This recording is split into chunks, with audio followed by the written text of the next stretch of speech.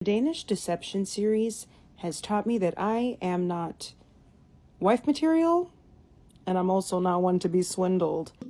The Danish deception, people's reaction to it. Let's talk about it. Hey, beautiful people, how you are doing today? It's your girl Destiny here, and welcome to my channel. How have you all been? Hope you guys are doing great. So today's video, we want to get people's reaction to the Danish deception. A couple this weekend we have like a six-part series of where a Nigerian American woman came to share the story of how she was scammed by a Danish husband. And she told the story about how they met, how they got together, how she told him she fell in love, how this man told her that he's from a royal family, he works in tech, and all sort like guys, if you have not seen that story time, which has been blowing up all across all social media, please go check it out. I said that I was going to give like my in-depth reaction on it and talk some of the points that is in my head while watching this series. So, like I said, go check out the six-part series, and I would advise you do something while you do because it's a long one, okay? And then come join in this conversation. So this has gotten the entire internet talking. Everybody has a different perspective on what they think about the story and if they empathize with her. And if you listen, if you watch the story, you will know that she was coming from a place of I am the victim and all that. And I feel like she's not really liking what a lot of people have to say about a story time. Anyway, let's go check out people's reaction to this story because your girl, I have so much. Maybe my own part to turn another six part because I have so much to unpack when it comes to this story. But yeah, let's go check out people's reaction to it and then we'll come back and talk more. Hmm, that that's her and a Danish husband, ex-husband. The old people money, but they are going on The trips. Danish deception series has taught me that I am not wife material, and I'm also not one to be swindled. Because how do I find out that you have a gambling addiction and you asked my homegirl's husband for close to 200K American USD behind my back that you still owe him, and I'm taking care of that debt for you because we're married. See, the way that if I found that out and I was going to stay in the marriage, the way I would be like, so let me know when that's taken care of. Let me know when it's paid. That's not my problem. Through sickness, health, and debt, I don't think. Everybody in the Danish deception story is better than me. Because, baby, what do you mean at the end she found out he had borrowed money from all those friends and family members who seemed to know each other? Because the first thing I would have done sitting down at lunch with one of them was, y'all know he asked me for money? And then when somebody else said, I gave him money too. It would have been wrapped up right then, actually. And why is that man always having a bad day? Every single time, it's the worst day of my life. Oh my God, I'm having a bad day. Oh my God, it's a bad day. The worst thing could have possibly happened to me today. I hate to hear him calling. I hate to see his name on my phone, caller ID. Your day is always bad.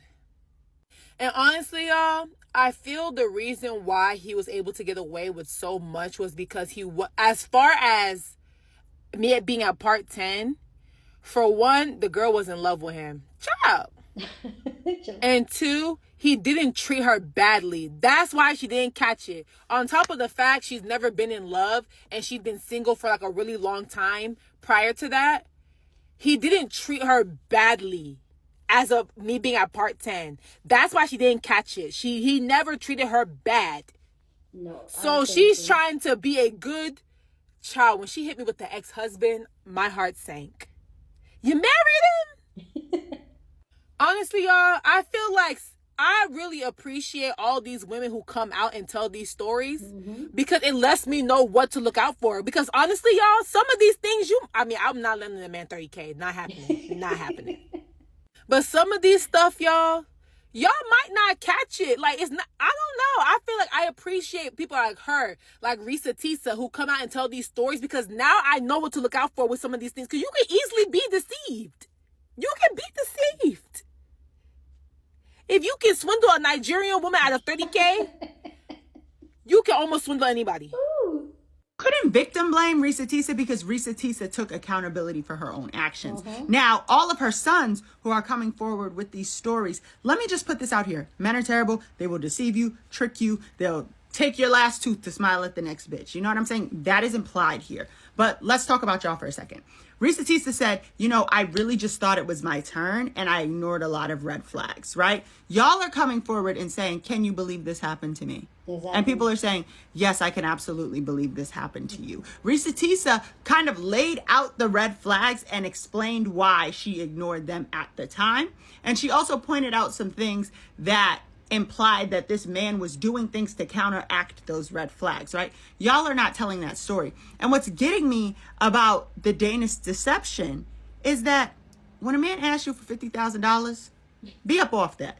Because I didn't hear anything from Risa Tisa that was like, oh, he needed all of my money and my funds up front. At first, it was, he was paying all the bills. He was telling her he was going to get her stuff.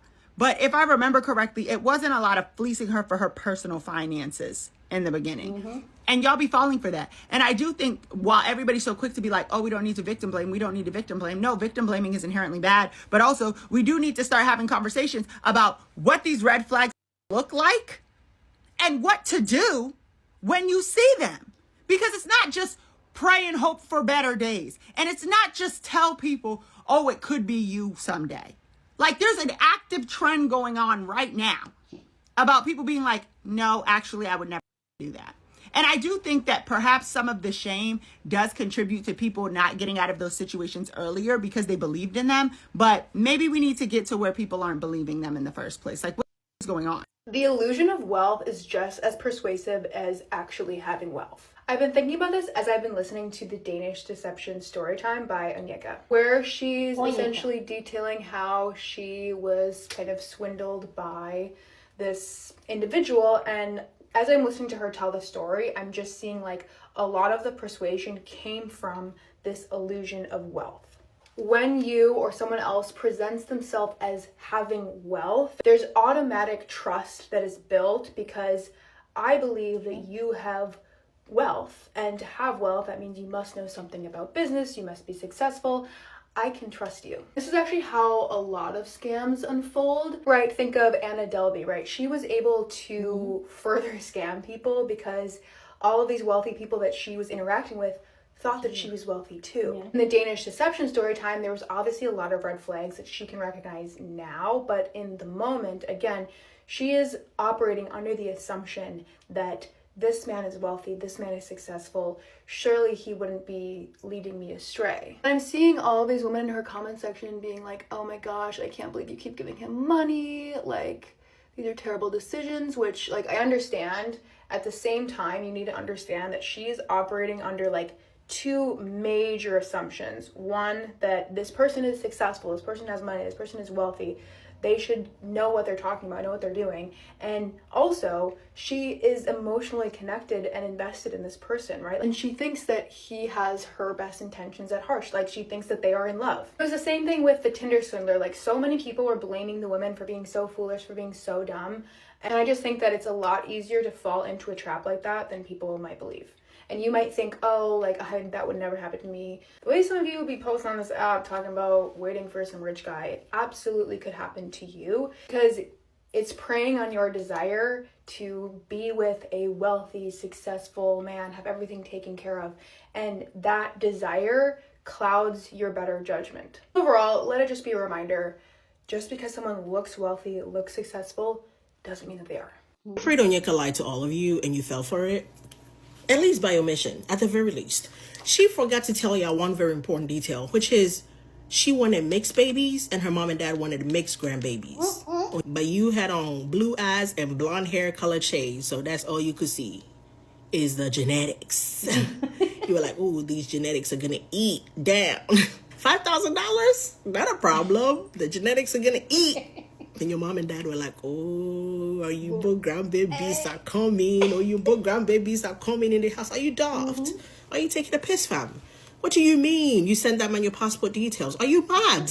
And if you're not Nigerian, Ghanaian, African, like, You may need to sit out in the comments and let the Africans explain to you what I'm talking about. Because what do you mean your mom and dad were offering to pay for the traditional and this and that and that and the third? Typically, the bride's family is not forking time for a wedding. And don't insert Temi or Tedala. Don't talk about rich people. That's different. Like, my daughter's gonna have what they have different. Typically, the groom is showing up with a dowry. You're paying my dad for raising me, my mom for taking care of me, all that stuff. You're paying my cousins for playing with me. You're paying my uncles for... You're paying people just to take me out the home. Like, you're taking their prize out of the home, so you're paying.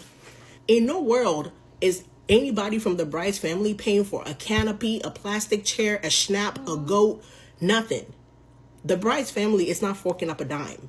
So the fact that her mom and dad were willing to pay for whatever, crazy work, okay? Also, we would never be here if this man was black, African, person of color, whatever, because you would have never lent him $1, let alone 5, 10, 15, 20,000, 30, however much you ended up loaning him.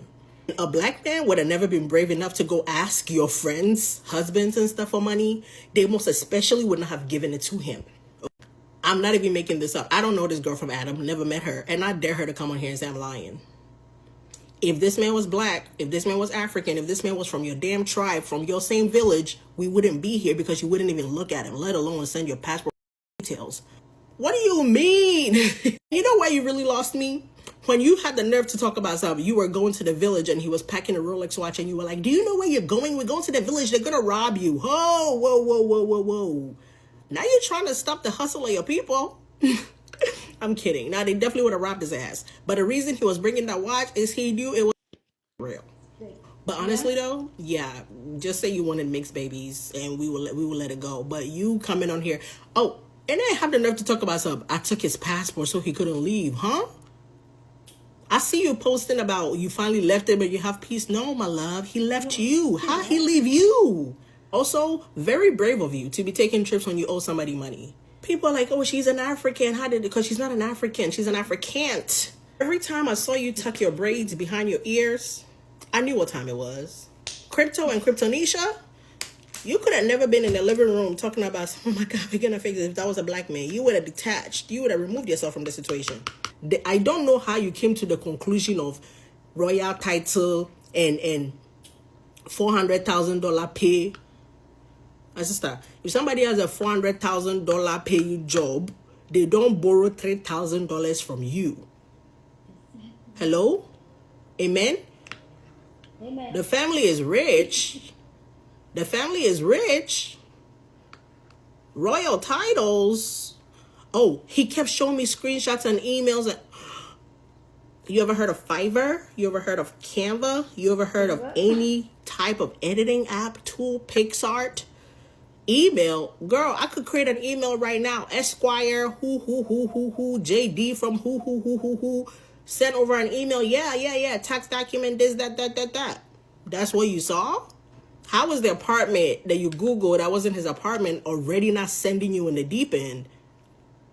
Oh, he's going to sell the 2 apartments in Copenhagen. They don't exist, my love. The business account doesn't exist. And after all that, he left you? Yeah. Okay. All right.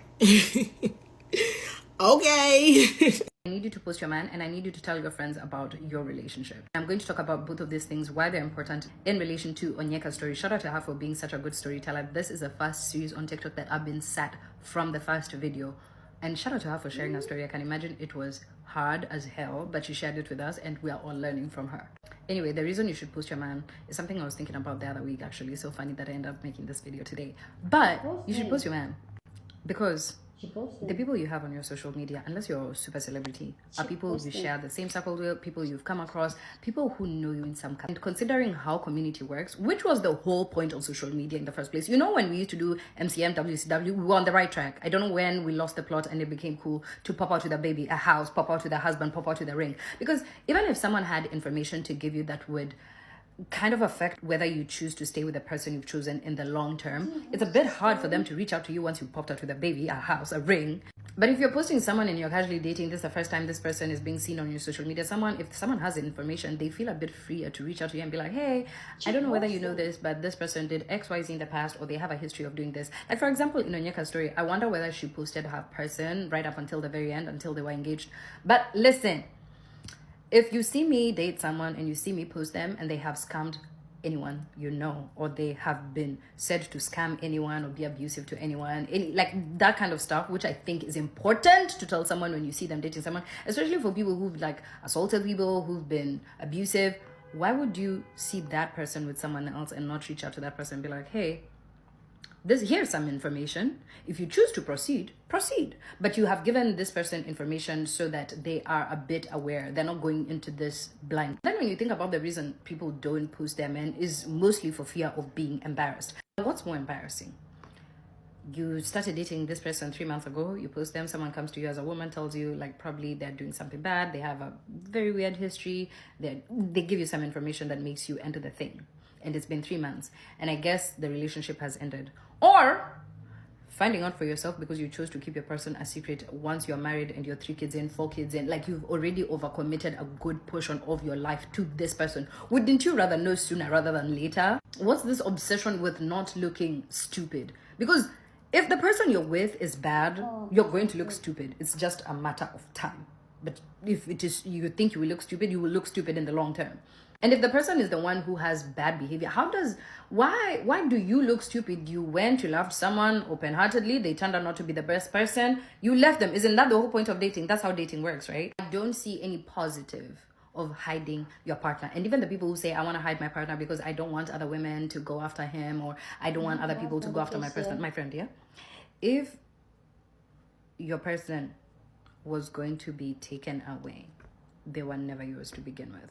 Because if you post them and then people go DM them, hit on them, etc., and then they end up leaving you or cheating on you, what they lacked is opportunity, not that they did not want to do said thing. For the second one, why I say share what happens in your relationship with your friends, I don't mean go announce to all your friends what the intricacies of your relationship with your person or whatever. But you should have at least 1 or 2 friends who truly love you and care for you, with whom you can share intimate details with, not very intimate, but you get what I'm saying. Because sometimes you're too close to the problem to see how bad things have gotten. That's how abusive relationships work.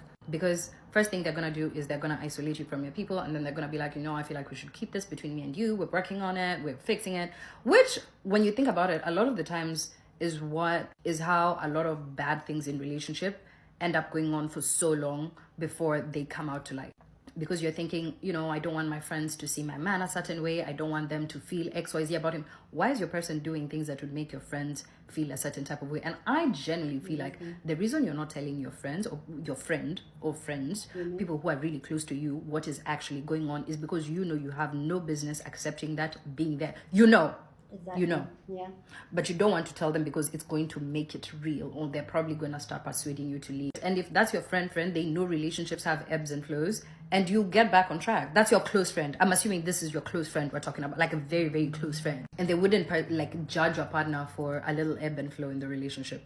And an ebb and flow cannot be abuse. An ebb and flow cannot be, my partner has a very serious gambling problem where he's literally asked everyone around me, including my siblings' parents, for thousands and thousands of dollars and was struggling to pay, and I'm helping him pay this debt that he's incurring.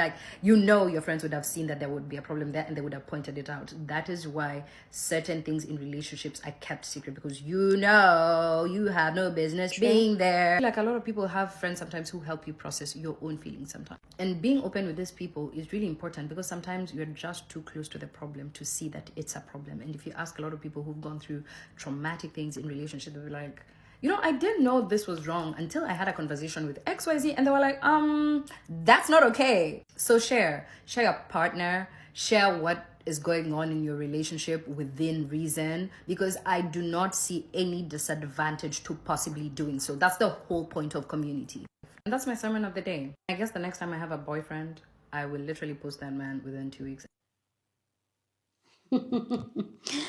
Please go down in the comment section and share your thoughts. I know you guys had so much to say. I'm not even able to go through your people's comment, but I'm still going to go through it. But yeah, let me know what you guys take down in the comment section. But as always, Please keep it respectful. You're on this channel. We're allowed to disagree, but we'll do it in a very respectful way. So go ahead, feel free, share your thoughts. And there's also another video of one of Oyenka's friend coming to one of Oyenka's former friend coming to speak up, and one of the girls that were in that Igbo community thing that she talked about in Dallas was talking about. So I think maybe I'm going to add that video. I don't know. Maybe I'll make that a different video. Anyway, first off, this is my thought in this. I said I was going to break it up. My own thought may end up being a series. Okay, first off, she got married the way she pronounced her name, Oyeka. That's her name is Onyeka. Let's get that straight.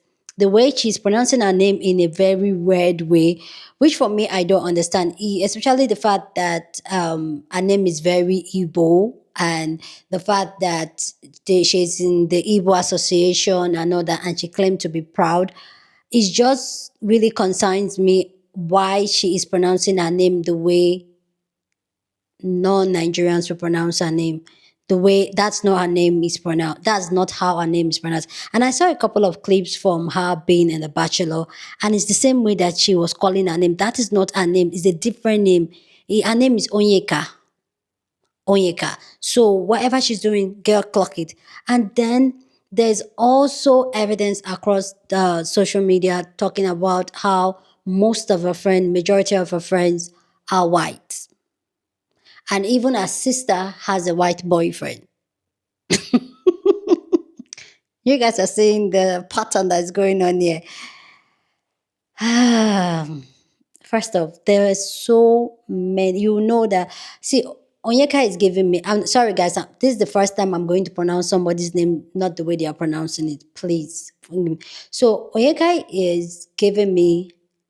Pick me, pick me, pick me. Onyeka is giving me. I watched too much Disney. Oh, Prince is going to come, swept me, oh, with the blonde hair, blue eyes, 6'3", will just come and sweep me up my feet, he will kiss me and I'll wake up from my slumber and will leave happily after. She's giving me that type of delusion. That's what she's giving me. Because how can you not be so cautious security-wise that you are giving your passports to a stranger? Somebody you just met is paying for a trip for you to come to Monaco. Or I don't know where they call that place. And you went. You give him. And mind you, this man did not, you were the one that asked for their Instagram. They did not care. You were the one that asked, you were the one that gave number. He did not ask. This man, I just feel like Onyeka was so carried away with the 6'3", blonde hair, blue eyes. I feel like she was just carried away with it. And I do understand people saying that, like the girl talking about how she was just excited having a mixed baby. That could be a major part of it. Like there's something that I feel like is a conversation that we should have when we talk about colorism in our society, in the Black community, especially in Africa, especially in Nigeria. The way, and I know Onyeka was raised in the US and all that, but the way Africans, let me not say, the way some Black Africans in Africa, the way they perceive people that don't have black skin like this, it needs to be studied. And I do understand how come with the brainwash. They literally worship the ground. Anybody that does not have a black skin is usually worshipped. And the truth is that there's also that thing about there's some people that intentionally want to claim their bloodline, that they are actively dating people that are not black so that their children are mixed. And I feel like that is one thing that is happening to Oyeka and her family, and that's why they were all kumbaya with this guy. First off, they were just too excited about, oh, finally we're going to have mixed babies. The idea of being with a white person, that was what was blinded her a lot for her to overlook a lot of red flags. And then there's so many things I need to talk about. then you could clearly see that Oyeka is thirsty. Because that's the only thing that makes sense, where a man you barely know already have your passport details. A man you barely know you're already telling the man on your second, oh, you love him. You met this man the third time, well, I say second time. Yes, you've been talking to him for a month on the phone, but you met him at the airport and you were making out with him, when that is totally against who you are, but you are doing it. It just gives me you're trying to impress him one way or the other. You're trying to lock it. And then she keeps talking about how close her parents is, how she admire her parents' relationship, da da da da da da da da. Da. But you married this man without even telling your parents. Can we talk about that? That just shows that, like the last creator was talking about, you know what you were doing. Your brain was clicking, telling you, you know what you were doing was wrong. But because you don't want anybody to talk you out of it, you slowly, you quietly, you low key, you did it secretly. Because you know all this was trouble. She was just building on it, making sure nothing fall. Like it's not going. I'm going to hold it together. I must not let go of this my Oyibo man, my white man. That's what Oyibo means. I feel like she was holding on to that. There's this, because that's why, because the page that she's sharing this thing on is a page that she was posting content about both of them. She was holding on to this interracial, I got my white man, my soft life, like. And if you even look at the body language whenever they are together, you find out that she is very clingy to him. She's the one doing her like, "Hmm." And I can see a lot of Nigeria girls, not in Nigeria, but I can see some, there's really the one that has put whiteness in a pedestal to do something like this. I can see that. But then another thing is, there's a lot of things that is not adding up. And I feel like as much as Oyinka, she's a victim, she's also not a victim. She knows exactly what she was getting herself into. And I feel like she's out here telling this story because this man does not want her back. She's out here telling the story because this is her own way of getting back at him. Like, or else she will have kept it a secret. I feel like she just felt this is her own way of getting back at him. So she's going to come and da da da da. Oyeka, you know, somebody that told you that he has money, he has a house in where is it called? Copy waiting in Denmark. You never, all through the time you were dating him, or both of you got married, you did not go to his house. There was no time in that story I heard, oh, I went to his house in, and you said he has two. You never. But yes, you went to Denmark, you went to his family's house, but you never went to your so-called husband's house. How? And then that did not raise a red flag for you. Christmas, he told you he's going to have a back surgery, but he was ready a couple of days later for both of you to go to Paris. I just feel like Oyeka likes that jet life, like, oh, we're going here, and she wanted to show it off so badly that she knows exactly what she was, but she was just riding it as long as she would. And that's why she was holding on to it, even though the man was over it, like, you know what, I'm done. And I personally, I don't even think this man really likes her like that. I don't think so. I don't think the man really likes her, but the man knows that he can get something out of it, he can get some money out of it. And that's why he put up with it with her, because everything, she was the one that initiated the Instagram, she was the one that initiated phone number, she was the one that said, oh, okay, I'll come with you, she was the one that initiated, oh, let's get married, she was the one that initiated, oh, you could do this, oh, you could move in, I have my own house. She was the one that initiated all that. So I just feel like she's not the victim that she thinks she is. And I want her to know that. And then she be on social media pissed at black women for calling out her BS. For me, it's just really crazy work.